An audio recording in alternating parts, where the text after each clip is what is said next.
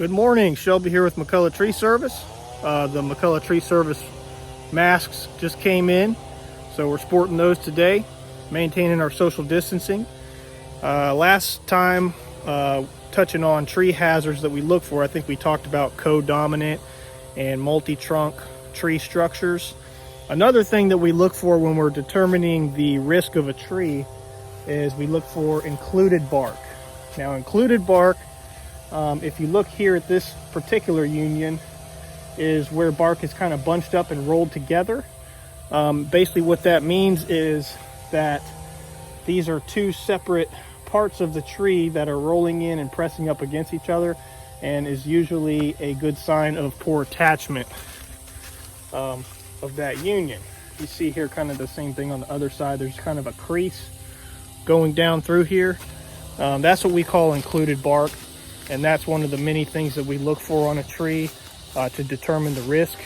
These multi-trunk and codominant trees, usually if they were trimmed properly and maintained at a very young age, we could have prevented that and gotten some better, more sound structure out of these trees, which of course increases the life and longevity. You see the same thing here.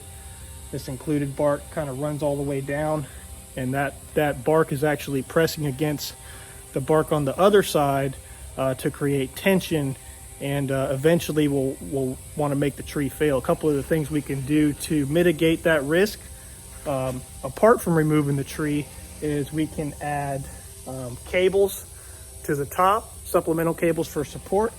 We can add a large through bolt here to support the union, and we can do end weight reduction of the lateral limbs to kind of bring in that center of gravity on this tree and reduce the hazard.